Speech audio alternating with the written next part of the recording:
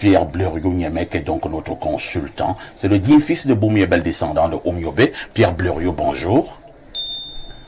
Jumbe dite lam onyo lam mbapene mo tabobe mwe mwaye mu wabunyate kamwen mamu naloba nyende di ninde nene la jumbe lao dite la me nyolam nyolam dite la me nyolam Wumse Namusango, Suzanne Kalalobe. Merci Pierre Blériot Niamek. Effectivement, la nouvelle est tombée tôt ce matin. La grande consoeur Suzanne Kalalobe n'est plus de ce monde. Elle est décédée. Suzanne Kalalobe était une communicatrice, une journaliste de renom, très bien connue au niveau de la scène médiatique de notre pays et même à l'extérieur. Malheureusement, elle n'est plus de ce monde. Nous rendons un vibrant hommage ce matin à cette grande des médias qui s'en est allée, Suzanne Kalalobe. Pierre Blériot. Parfait, ici l'émotion est grande. La grande sœur, la maman, Suzanne était notre maman carrément, s'en est allée tôt ce matin. C'était une grande dame dans le monde de la communication. Tout à fait. Qui n'a pas connu ces chroniques aussi virevoltantes les unes que les autres. C'est des gens qui nous ont donné le courage de parler sans peur dans le ventre. Elle meurt à 71 ans. Ce n'est pas beaucoup, mais c'est quelque chose. Nous ne sommes pas tous sûrs d'atteindre cet âge. J'ai voulu lui rendre cet hommage en chanson sawa, notamment en chanson religieuse, parce qu'elle était en plus choriste. Ceux qui la connaissaient dans la vie privée, elle chantait excellemment bien.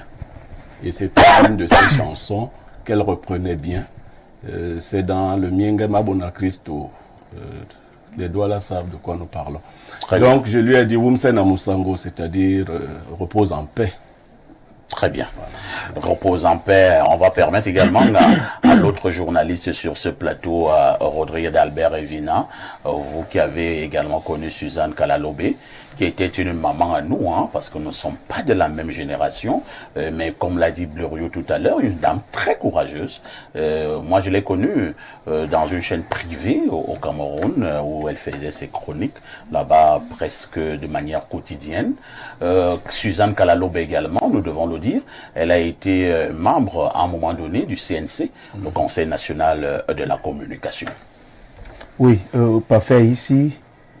Vous faites bien de préciser que c'est notre maman. Vous savez, dans tous les corps de métier, c'est aussi une affaire de génération. Tout à fait. C'est-à-dire que d'ici peut-être 20 ou 30 ans, vous appartiendrez à une autre génération. C'est clair. D'autres vont venir après vous.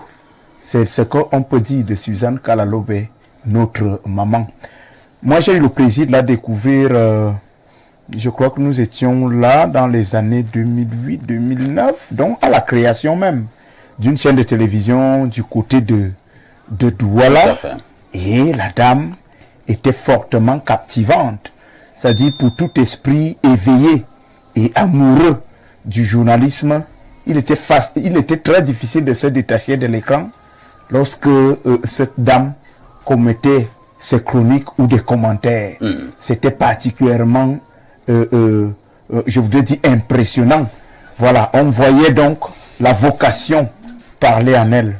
On voyait le talent, n'est-ce pas, se manifester de façon impressionnante en elle.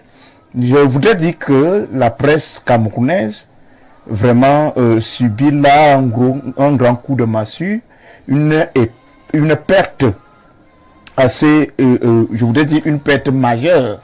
C'est un grand vide qui se crée, mais ce qu'il faut savoir pour la nouvelle génération, c'est de s'inspirer justement du passage, de l'œuvre immense de ces illustres prédécesseurs, justement, qui nous quittent de jour en jour. Très bien. Voilà, donc moi je suis personnellement fier, heureux d'avoir fait la connaissance de cet homme, de cette dame, même si c'était par médias, voilà, interposé, parce qu'il doit avouer que je n'ai jamais eu le privilège de la rencontrer, mais j'ai dit au plan professionnel, elle aurait été une importante source d'inspiration pour plusieurs générations de journalistes.